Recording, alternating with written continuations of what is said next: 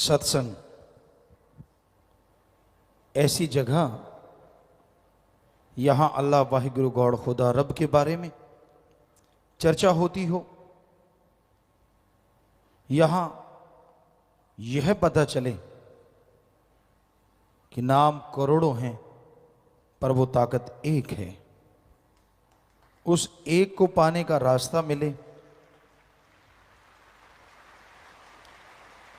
जीते जी गम दुख दर्द चिंता बीमारियों से मुक्ति का रास्ता मिले और बदले में किसी तरह का कोई टैक्स अदा ना करना पड़े, उसी का नाम सच्ची रूहानी सत्संग है।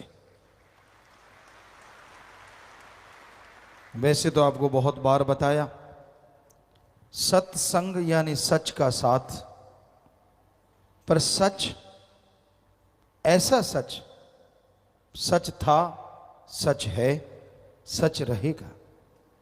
हर चीज बदल जाती है, रोजाना सूर्य नक्षत्र ग्रह चंद्रमा धरती में परिवर्तन निश्चित है और वो परिवर्तन हो रहे हैं।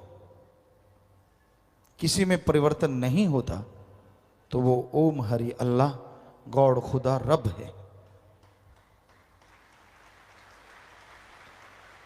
उसमें कभी कोई परिवर्तन नहीं आता। उस अपरिवर्तनशील मालिक को, सदा सच रहने वाले मालिक को देखने के लिए इंसान के अंदर एक रास्ता है। किसी भी मंजिले मकसूद पे आपने जाना हो, उसके लिए रास्ते होते हैं। किसी शहर में जाना है, बस है, गाड़ी है, पैदल जा सकते हैं। दूर दराज जाना है तो ट्रेनें हैं, बसें हैं, जहाज हैं। तो उसी तरह एक बहुत दूर देश है जिसे अनामी निज धाम सतलोक कहते हैं। यहां वो मालिक अपने पूरे शबाब पे नूरे जलाल में रहता है। वहां तक जाने का रास्ता हर किसी के अंदर से जाता है, पर उस रास्ते पे चलने के लिए कौन सी बस, कौन सी ट्रेन, कौन सा जहाज होगा, कौन सी टिकट होगी, कौन होगा टिकट देने वाला, कौन होगा जहाज उड़ाने वाला, ये जानना अगर आप चाहते हैं तो सत्संग सुनिए। सत्संग में बताया जाता है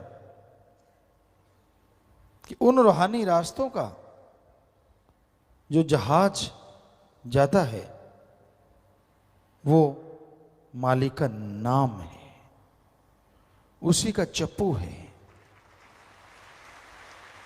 गुरु पीर फकीर कैप्टन एक गाइड के रूप में आपको बताते हैं और फिर नाम या जिसका नाम है अल्लाह वाहिगुरु राम की गोद में बैठ के आप उस सफर को कब तय कर जाते हैं कुछ मालूम नहीं पड़ता, बल्कि नजारों से माला माल होते चले जाते हैं। तो सत्संग में वो टिकट दी जाती है जो उस जहाज पे चढ़ा दे, जो सीधा अनामी जाता है, और उस टिकट को कहते हैं गुरु मंत्र, नाम, कलमा, मेथड ऑफ मेडिटेशन। आपने उसका अभ्यास करना है, आपने उसका जाप करना है। और उसकी निशानी क्या है? अगर आप कंटिन्यू लगातार घंटा सुबह शाम 2-3 महीने लगातार उसका जाप करते हैं तो उसकी निशानी यह है कि आप जीते जी गम दुख दर्द चिंताओं से मुक्ति हासिल करने लगेंगे। मरणोपरांत क्या होगा, जीते जी देख पाएंगे। जीता जी आप सुख से जीवन व्यतीत करेंगे और मरणोपरांत आवागमन से मुक्त हो जाएंगे। ऐसी है राम नाम अल्लाह मालिक के नाम में ताकत, पर अगर आप जाप करेंगे तो पाएंगे। आपको बादाम दें, आपको घी दूध, कितने भी मेवे मिष्ठान आपके सामने रख दें, आप खाएंगे नहीं, हजम कैसे होगा और पावर कहां से आएगी? सिर्फ सजदा करने से, धोख मारने से, माथा टेकने से तो वो बादाम या वो घी दूध की ताकत आप हासिल नहीं कर सकते। उसी तरह अल्लाह वाहिगुरु राम का नाम है, जब तक आप उसके नाम को खाते यानी अभ्यास नहीं करते, तब तक तमाम ताकतें आप पे जाहिर नहीं होंगी और आप कंगाल के कंगाल रह जाएंगे। जीते जी माला माल होना है। जिंदगी गुजर रही है और कुछ भरोसा नहीं होता। हर चीज की गारंटी बुनियाद होती है, पर जीवन की क्या बुनियाद? लोग घर से निकलते हैं, सफर तय करेंगे, ये काम करेंगे, वो करेंगे, फला करेंगे, और ऐसा एक्सीडेंट होता है प्राण पखेरु उड़ जाते हैं। कुछ होश नहीं होता, कुछ पता नहीं होता क्या होने वाला है। सब तमन्नाएं, सब इच्छाएं धरी धराई रह जाती हैं। सो कहने का मतलब, आप किस चीज की वेट कर रहे हैं, इंतजार किस चीज का कर रहे हैं? कब करेंगे आप इबादत? कब करेंगे आप सुमरन? क्या कोई भयानक बीमारी को उड़ीक रहे हैं, या फिर आप अपने कर्मों के बोझ तले दब जाएं तब आप उसको याद करेंगे? क्या सोच रहे हैं आप? क्यों नहीं सुख की जिंदगी में उसे शामिल कर लेते जो हमेशा आपकी जिंदगी को सुखमय रखेगा? और हैरानी यह है, उसको शामिल करने में टैक्स नहीं देना। आज पत्थरों की भी कीमत बेशकीमत, हीरे जवाहरात बेशकीमती हैं, सोना चांदी सब बेशकीमती हैं, कीमत बढ़ रही है। तो क्या ये आपके आने वाले दुखों को हर लेते हैं? थोड़ा बहुत सहारा बनते हैं। आप उन पैसे से सुख के साधन जुटा लेंगे, लेकिन कर्मों की जब मार पड़ती है ना, जितना मर्जी पैसा खर्च कर लो, कई बार बीमारी हटने का नाम नहीं लेती। क्या फायदा हुआ उनका? कितना खर्चा किया, लाखों करोड़ों रुपए हैसियत के अनुसार। पर एक ऐसी रसायन है, ऐसी औषध है, ऐसी दवा है जिस पे एक नया पैसा खर्च नहीं करना, और वो हर बीमारी के लिए रामबाण है, लगेगी ही लगेगी। कोई दवा लगे ना लगे, आदमी सोचता है ऐसी कौन सी दवा है? वही जो आपने ली है, जो लेना चाहते हैं, राम का नाम, अल्लाह की इबादत, वाहिगुरु की याद, गॉड्स प्रेयर।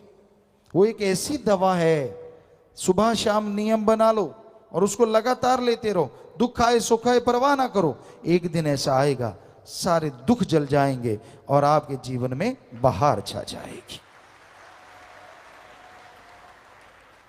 क्योंकि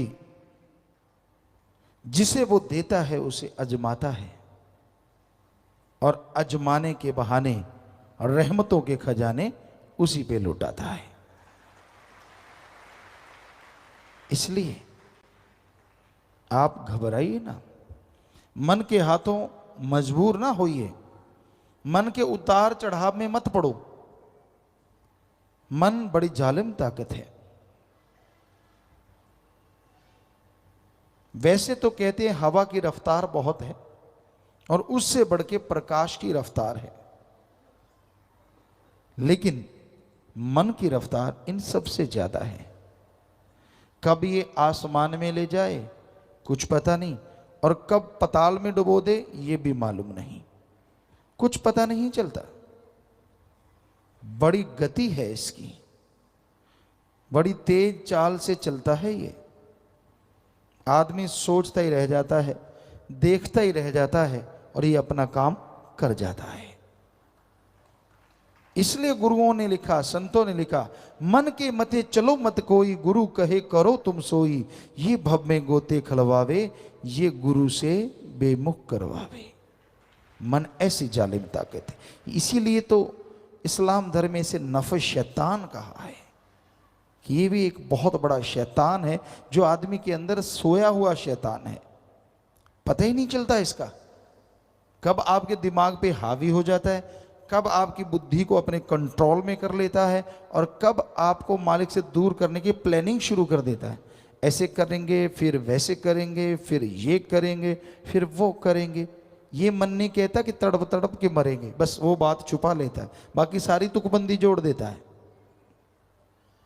ये मन की चालों को समझो।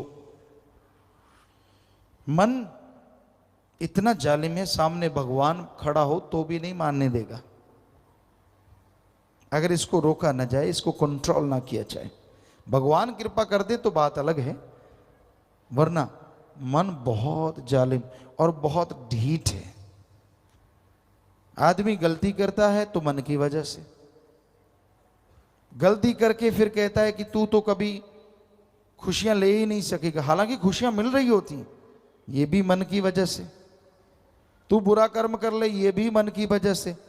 भूल जाता है कि अगले बुरे कर्मों की सजा है और करूंगा तो क्या होगा, मन याद ही नहीं रहने देता। ये कर ले तू, वो कर ले, उल्टे उल्टे काम, उल्टी उल्टी बातें दिलो दिमाग में चलाता रहता है। और आदमी कितने बार जीता है, कितने बार मरता है, इस मन के हथों कोई नहीं जानता। इसलिए मन का सामना करो। आपने नाम ले रखा है, कभी उसका इस्तेमाल भी किया करो। कई कह देते मेरा मन हावी है। अगर मन हावी है तो सच सच बताइए, क्या आप घंटा सुबह शाम कभी सिमरन किया? नहीं किया। आधा घंटा सुबह शाम नहीं। नाम को तो तब काम में लेते हैं जब जरूरत पड़ती है, मौके का हथियार समझ रखा है। जरूरत पड़े तो निकाल लो, वरना दबा रहने दो, यहां दबा है। कई हैं मालिक के प्यारे जो रेगुलर नियमित प्रभु के नाम का सुमरण करते हैं, वो आदमी मन के काबू में नहीं आता। सुमरन में ऐसी शक्ति है, आने वाले भयानक कर्मों को काट देता।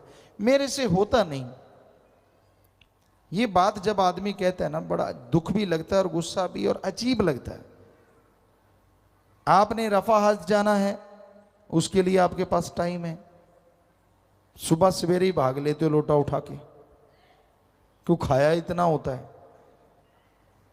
उसके बाद नाश्ता नहीं मिला, चाय दूध जैसे घरों में होता है, छाछ जो भी आप पीते हैं, वो उसकी तैयारी शुरू होती है। वो ना मिले तो गाड़ियां जुबान पे तड़ाक तड़ाक आती हैं। फिर नहाते हैं, काम धंधा करने जाते हैं, फिर दोपहर का खाते हैं, रात का खाते हैं, सारा दिन कहीं तो पशुओं की तरह चरे ही जाते हैं, चरे ही जाते हैं। तब तो टाइम है, चुगली करते हैं, सिर जोड़ जोड़ के निंदा करना, बुरी बातें करना, टाइम है। किसी की जेब कैसे काटे पता ही ना चले, किसी के साथ ठगी कैसे मारें, बुद्धू बना डालें, किसी का हक मार के खा लें, डरा दें, गरीबों को धमका दें, उसके लिए टाइम है। लेकिन अल्लाह वाहिगुरु का नाम, ओम हरि ईश्वर का नाम लेना, इसके लिए टाइम क्यों नहीं है? कोई जवाब नहीं। फिर कहता है मेरे कर्म ही बुरे हैं। लानत तेरे मन पे, कर्म बुरे तू खुद बनाए जा रहा है, मन की चालें चलता है, मन मते करता रहता है। और जो गुरु पीर फकीर ने बताया, अल्लाह मालिक का नाम कलमा कभी अदा करता ही नहीं। गुरु क्या करे? तू पशु तो है नहीं जो सांकड़ बांध के खूंटे पे बांध के छोड़ दे कि हिल के दिखा, फिर तो मानी बात। हर कोई मर्जी का मालिक है। कौन किस टाइम क्या कर रहा है कुछ कहा नहीं जा सकता, क्योंकि मन हावी है इस कलयुग में। मन इंद्रियां शैतान का रूप धारण करे बैठी हैं। इंसान पल में बिदक जाता है। पैसा आ गया जेब में, सारे आदमी कीड़े मकोड़े लगने लगते हैं। खूबसूरती आ गई, सारे कुरूप लगने लगते हैं। घमंड आ जाता है, मैं ये मैं वो। ये तो पता नहीं कि आखिर में हाल तो एक जैसा ही होना है। नहीं, किसी को बाल बच्चे ज्यादा हैं, उनका घमंड मेरे सामने कौन बोल सकता है? भूल जाता है रावण के 2.25 लाख थे, इतने तो तेरे क्या कुणबे में भी नहीं होने जब से जन्म लिया इस धरती पे, उसके अकेले के इतने थे। तो सब कुछ भूल जाता है मन के हाथों मजबूर होके ये इंसान। तो मन से लड़ा करो, नफस शैतान की लगाम कसा करो, और उसके कसने का एकमात्र उपाय सेवा और सुमरन ही है। भक्ति इबादत करो और परमार्थ करो, परहित के लिए जरूर समय निकालो। आप कितने भी गरीब मजबूर हैं, पर इतने नहीं कि आपको रोटी नहीं मिलती। अगर आपको रोटी मिल रही है तो आप परमार्थ भी कर सकते हैं। हो सकता है मालिक उस रोटी में ऐसी बरकत डाल दे कि आप दूसरों को रोटी खिलाने वाले बन जाएं। क्या मालूम, क्या पता किस कर्म के पीछे कौन सा रहमत छुपी पड़ी है, किस कर्म के पीछे क्या कृपा होनी है। आप तो कर्म जोगी बनो, आप मेहनत करने वाले बनो। तो इंसान को कर्म जोगी मेहनत करते रहना चाहिए, सुमरन करते रहना चाहिए, सबका भला मांगना और करते रहना चाहिए, तो मालिक उसका भला जरूर कर देते हैं। किसी को चिंता बाल बच्चों की, किसी को जायदाद की, किसी को तन की, किसी को किसी की चिंता, और जो मालिक और मालिक के औलाद की चिंता करते हैं, मालिक उन्हें रहमो करम से माला माल कर देते हैं, अंदर बाहर से भर देते हैं। मालिक की चिंता कैसे? चिंतन, उसके नाम का चिंतन। जैसे मूसा की आपको बात सुनाया करते हैं, गडरिया कितनी चिंता कर रहा था अल्लाह की। अल्लाह तू बीमार हो, मैं भेड़ बकरियों का दूध पिलाऊं, मैं तेरे पे ऊन की चद्दर उड़ाऊं, मैं तेरे पाँव दबाऊं। अब अल्लाह, आप अगर सोचिए अकल वाला कोई ऐसा सोचे, वो सोचे यार ये कैसे, जैसे कैसे हो सकता है ये, अल्लाह कैसे आएंगे, कैसे होगा। मूसा ने भी तो यही सोचा कि ये कैसे संभव है, कैसे आएगा अल्लाह, आएगा तो, यानी उसकी चिंता ही यही थी गडरिए की। सारा टाइम अपने मालिक, अपने अल्लाह, अपने राम, अपने सतगुरु मौला में खोया रहता था। और देखिए आपने सुना है मूसा ने जब उसे बुरा भला कहा तो वो अपने बाल नोचता, शरीर के कपड़े फाड़ता, जंगल में भाग गया। अगर मूसा भी रोज इबादत करने वाले थे, वो इबादत पे बैठे कि वो मेरे से बहुत गुनाह हो गया, अंदर एक चोट लगी। कहाँ अल्लाह ताला फौरन रहमो करम बरसा देते थे, और कहाँ कई घंटे बैठने के बाद मात्र आवाज आई कि मूसा तुझे दुनिया में भेजा है मुझसे जोड़ने के लिए, तोड़ने के लिए नहीं। तूने जिस गडरिए का दिल दुखाया है वो मेरा बड़ा अजीज, मेरा बड़ा प्यारा भक्त है। तो मूसा फिर गए। अभी भी कहीं ना कहीं घमंड, और मालिक अपने भक्तों में, पैगंबरों में या किसी भी घमंड नहीं आने देते, खुद ही नहीं आने देते। जाके कहने लगा, वहां देखा फिर वो हाथ ऐसे किए बैठा है, खून निकल रहा है, बाल उखड़े हुए हैं, और फिर वही बात करे, अल्लाह किसी की सुनना ना, बीमार हो तो मेरे घर में आना, छोटी सी झूंपड़ी है, मेरी भेड़ बकरियां हैं, मैं दूध पिलाऊंगा, पाँव दबाऊंगा, दवाई बनाऊंगा, दिन रात आपकी सेवा करूंगा। मूसा ने हाथ जोड़े, प्रार्थना की, भैया आप मेरी बात सुनो। उसने आंखें खोली, कहने लगा जी क्या है? आप फिर आ गए। कहने लगा मेरे पास अल्लाह ताला आए थे, आप तो उनके बड़े अजीज हैं। कहने लगा मैं तो कुछ भी नहीं हूं भाई। पर वो गडरिया कहने लगा, तू मेरे पीछे क्यों पड़ा है?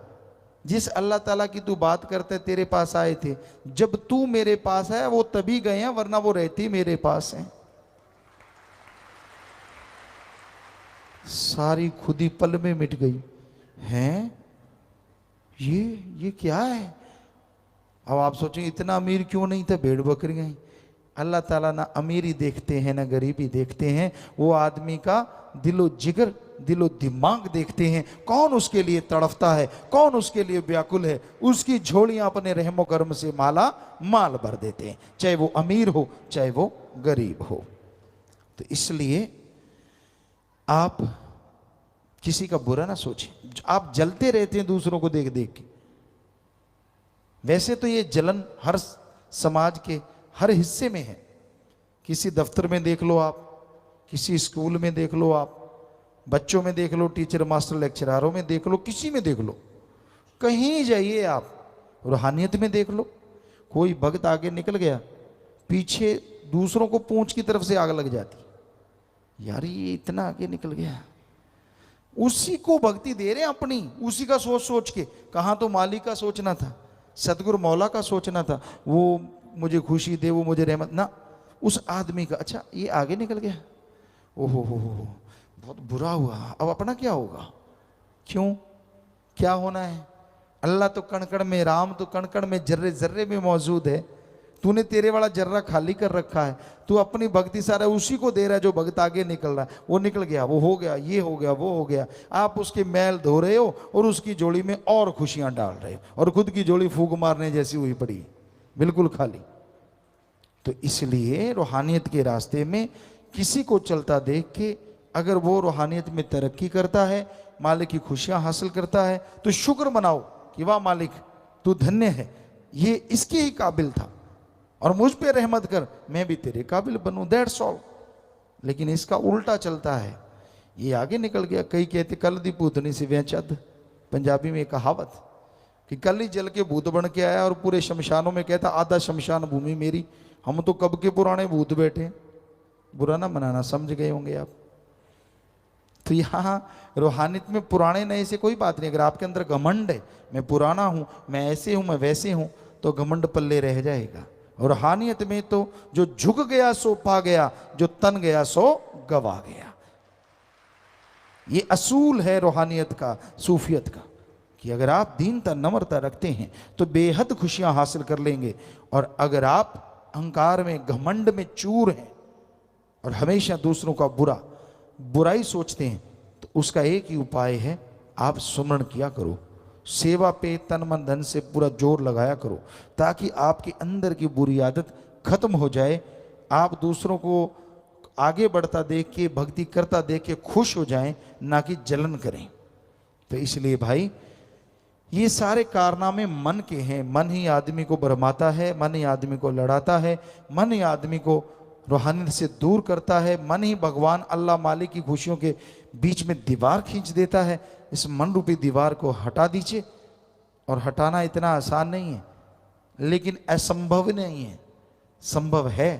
बस सुबह शाम नियम बना लो, घंटा सुबह शाम जाप करना ही करना है, परमार्थ सेवा करनी ही करनी है, क्यों किंतु परंतु नहीं, व्यवहार के सच्चे बनना है।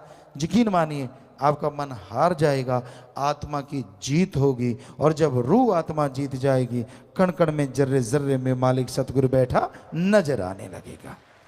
फिर परमानंद होगा, फिर वो खुशियां होंगी जिसकी आप कल्पना नहीं कर सकते।